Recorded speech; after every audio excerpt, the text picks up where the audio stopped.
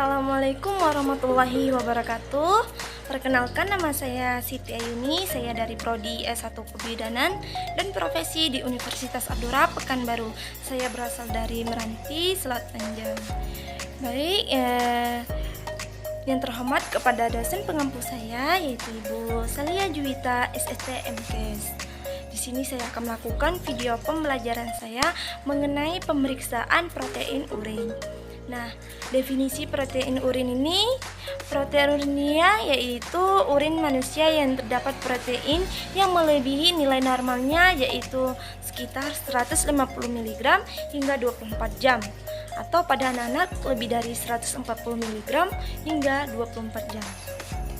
Nah, patologis ini apabila kadarnya di atas 200 mg per hari, maka urin normalnya biasanya berwarna kuning, berbau seperti amoniak, pH berkisar sekitar 4,8 hingga 7,5 dan biasanya 6 atau 7.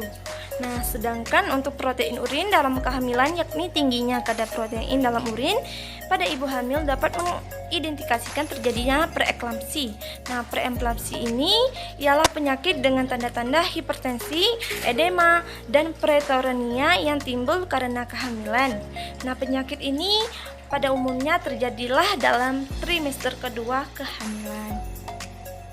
Nah, itu definisi dari protein urin. Selanjutnya, tujuan protein urin. Nah, tujuannya ini untuk menentukan adanya protein dalam urin. Nah, yang kedua, untuk menentukan adanya indikasi kelainan-kelainan pada fungsi renal. Yang ketiga, untuk mengetahui apakah pasien mengalami preeklamsi atau eklamsi ya. Nah, untuk prinsipnya ini pemeriksaan berdasarkan pengendapan protein yang terjadi dalam suasana asam. Karena hasil pemeriksaan dinilai dari kekeruhan, warnanya kekeruhan, maka urin harus jernih. Nah, untuk persiapan pasiennya, yang pertama itu ada menyapa ibu dengan ramah dan sopan, seperti assalamualaikum ibu, permisi, selamat pagi, seperti itu ya. Nah, yang kedua, menjelaskan prosedur yang akan kita lakukan, seperti kita akan melakukan tindakan untuk pemeriksaan protein urin kepada ibu yang bertujuan untuk apa, seperti itu. Nah, yang ketiga, pasien diminta untuk buang air kecil. Sebelum melakukan pemeriksaan protein urin, kita harus menanyakan kepada pasien apakah pasien merasakan adanya BAK. Jika ada, maka buanglah. Nah, yang keempat, memposisikan pasien yang baik dan merasa nyaman secara benar, ataupun selama pemeriksaan ya, seperti posisikanlah pasien yang baik hingga benar ketika melakukan pemeriksaan. Untuk prosedur protein urin, yang pertama, 2 tabung reaksi, penjepit tabung reaksi, rak tabung, ada pipih tetes, lampu sorot atau spiritus atau bunsen, terus yang terakhir ada beker glass. Nah, yang selanjutnya ada asam asetat 6% dan urin jernih ya. Untuk cara pemeriksaan protein urin, yang pertama, siapkanlah dan mengecek kelengkapan alat. Seperti kita akan mempersiapkan alat terlebih dahulu untuk melakukan tindakan pemeriksaan protein urin ya. Nah, yang kedua itu harus mencuci tangan ketika melakukan tindakan ya teman-teman. Yang ketiga, gunakanlah hand spoon agar tidak terjadi bakteri menempel ke kulit kita ya teman-teman. Yang keempat, memperhatikan kejernihan urin, warnanya apakah keruh ataupun jernih.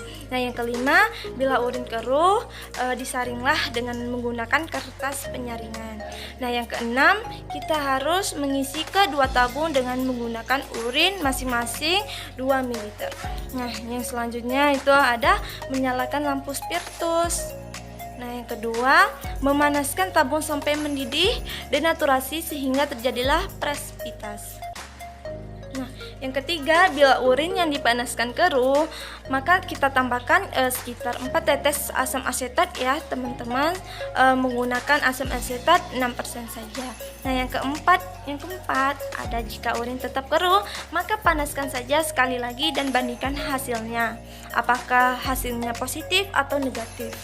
Nah, Selanjutnya, lanjutan yang nomor 4 tadi, bila setelah dipanaskan urin tetap keruh, maka hasilnya positif dan baca hasil pemeriksaan yang sudah kita lakukan. Nah, yang keenam, memberitahu ibu hasil pemeriksaan. Bagaimana untuk hasil pemeriksaan, apakah terjadinya masalah atau tidak, itu harus kita jelaskan ketika sudah selesai pemeriksaannya ya teman-teman. Selanjutnya yang ketujuh, ada membereskan peralatan. Jika sudah melakukan pemeriksaan protein urin, maka kita akan membereskan peralatan ya teman-teman. Seperti kita akan membereskan membuang spoon di dalam kalorin ya. Nah, yang ke-8, kita harus mencuci tangan. Seperti awal tadi kita melakukan tindakan, kita harus mencuci tangan. Dan yang terakhir juga, ketika sudah selesai hasil dari pemeriksaan, kita tetap cuci tangan ya teman-teman. Nah, baik, itulah hasil dari video praktik pembelajaran saya. Baik, sekian, terima kasih. Assalamualaikum warahmatullahi wabarakatuh.